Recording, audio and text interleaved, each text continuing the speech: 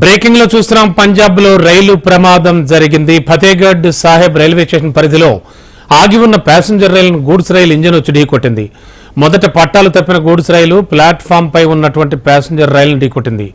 ఈ ఘటనలో 2 వ్యక్తులు తీవ్రంగా గాయపడ్డారు. వారిని అమృత్సర్లోని ఆసుపత్రికి తరలించారు. రైలు ప్రమాదంలో అమృత్సర్ ఢిల్లీ మధ్య రాకపోకలకు తీవ్ర అంతరాయం ఏర్పడింది. ఘటనాస్థలికి చేరుకున్న రైల్వే అధికారులు ప్రమాద ఘటనపై ఆరా తీస్తూ ఉన్నారు.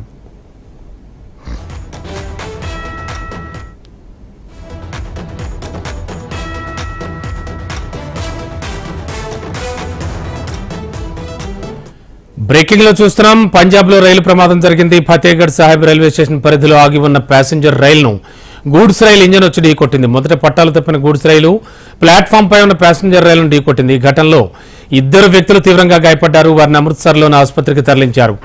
రైలు ప్రమాదంతో అమృత్సర్ ఢిల్లీ మధ్య రాకపోకలకు తీవ్ర అంతరాయం ఏర్పడింది. ఘటనాస్థలికి చేరుకున్న రైల్వే అధికారులు ప్రమాద ఘటనపై ఆరా తీస్తున్నారు.